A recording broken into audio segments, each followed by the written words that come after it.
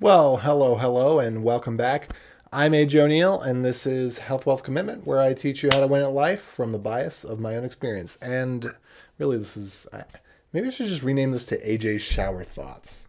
'Cause maybe that's a little more fitting. Maybe Health Wealth Commitment is a little too hardcore. Let me know in the comments what you think about that.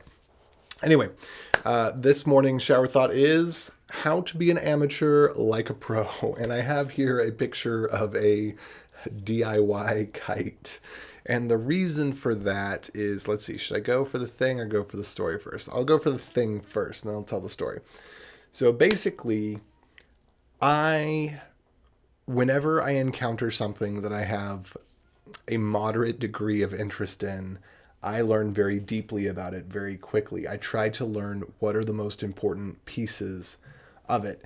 And it brings me a sense of satisfaction, perhaps more than anything else. It also does give me the ability to speak and understand in a variety of conversations about different hobbies and whatnot, because I think this primarily relates more to hobbies. But then again, for me, my career started as a hobby. So it's all part of the same. But to illustrate, so I have flown a kite before. You may have flown a kite before. And I had these types of kites that you get from the dollar store. They didn't quite look like this. This is more the diamond style. The Delta style is a little bit more popular these days, I think. But anyway, I'd get them from the dollar store, and they wouldn't work really that well. And I was a kid, and I don't know, I'd get them for Easter. They're $5 kites. If you buy them at the grocery store, dollar kites if you get them at the dollar store. They're made of plastic. They don't work really well. So I now have, okay, let me go back a little further. So I acquired one of these several years ago, let's say 5 years ago, maybe a little longer than that, maybe 6 or 7 years ago. And I had stored it away thinking either I'd use it for a date or one day I'd have kids and I'd use it with my kids. So now I have a 2-year-old daughter, and she discovered the kite because it was somewhere, and I think she had learned about kites on one of the YouTube shows that she watches. And we have like it's not actually YouTube, but it's a children's learning app thing. Anyway, so she wanted to see what it was and to fly it and stuff. And so we did. And of course it went terribly. It went up, once or twice, and then it was done. It was over. And I decided that for my birthday, I wanted to get a real kite, whatever that meant. And so I did the research and found out that it's actually this one right here is the one that I got. Its name, surprisingly, is Best Delta Kite. And it is a little bit more expensive than the others. But through this process, and then flying this and being satisfied, and then realizing that I actually want to be able to fly it higher because I flew it to the 50 or 60 meters that you can with the string provided. Anyway, through this process, I deeply learned about amateur kites. And so now I can tell you that what things there are to look for in a kite. So you want a kite that's made of ripstop material. It can be ripstop nylon or ripstop polyester. Either one is fine, but you want it to be ripstop. You want resin rods, not fiberglass or plastic. You want streamers because they're actually functional. They're not just for looks, but they actually help the kite fly. You want to get these metal grommets because you're going to attach the kite basically with what looks like fishing line, and in many cases actually is fishing line, and has a little hook, which I don't have a picture of, but you attach it with a little hook rather than tying directly onto the kite, and you hook onto this grommet. And then if you want to fly it higher, you need different string than probably what comes with the kite, especially if it's a larger kite or if you want more wind. I also found that smaller kites are easier to fly than larger kites. So anyway, this is what I ended up getting. And the point of all this, I'm going to go down here and show you the reels too. So I looked into the reels. Once you get beyond the little, this thing is actually quite handy because you can just kind of and let the string out really quickly if there's some wind. And I haven't tried these yet, but this is what I'm looking at getting. And there's different types of string.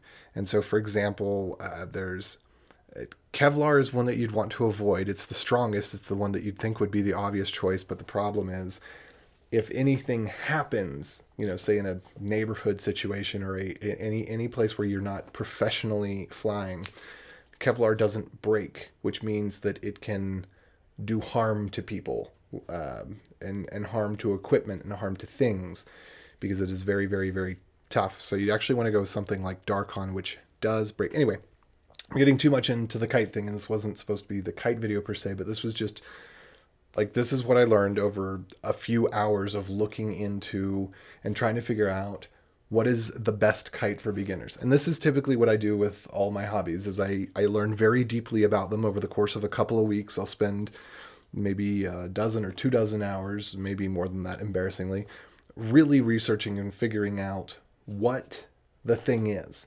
and what are the components that are good or bad.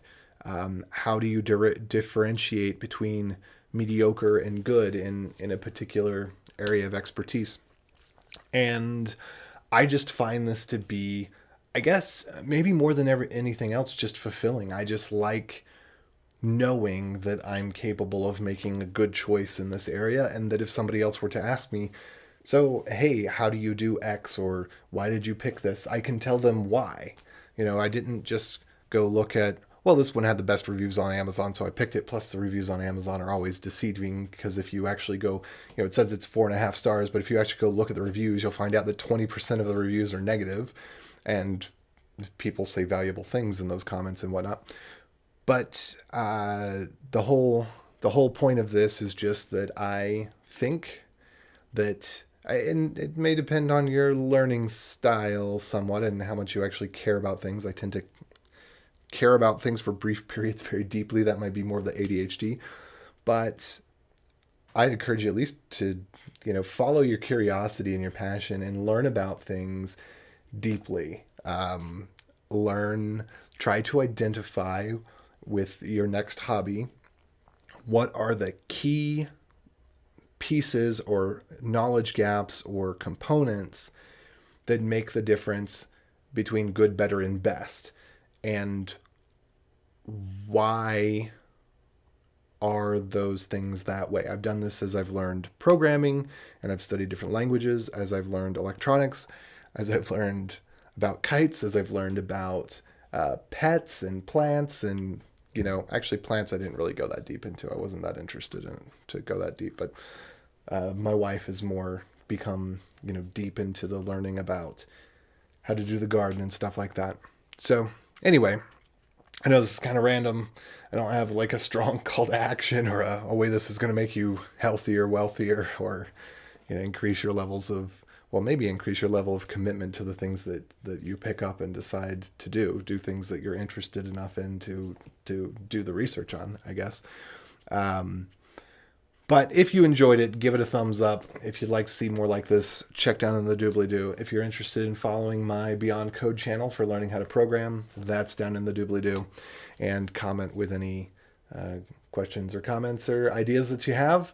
And I will, for those of you that may be interested in learning to fly a kite, I have how to fly a kite, things to look for in a kite, and kind of the reasoning between all of these things. I will go ahead and put this in the comments section on the video right after this ends. So with all that out of the way, I hope you have a wonderful day, the best morning ever. Adios.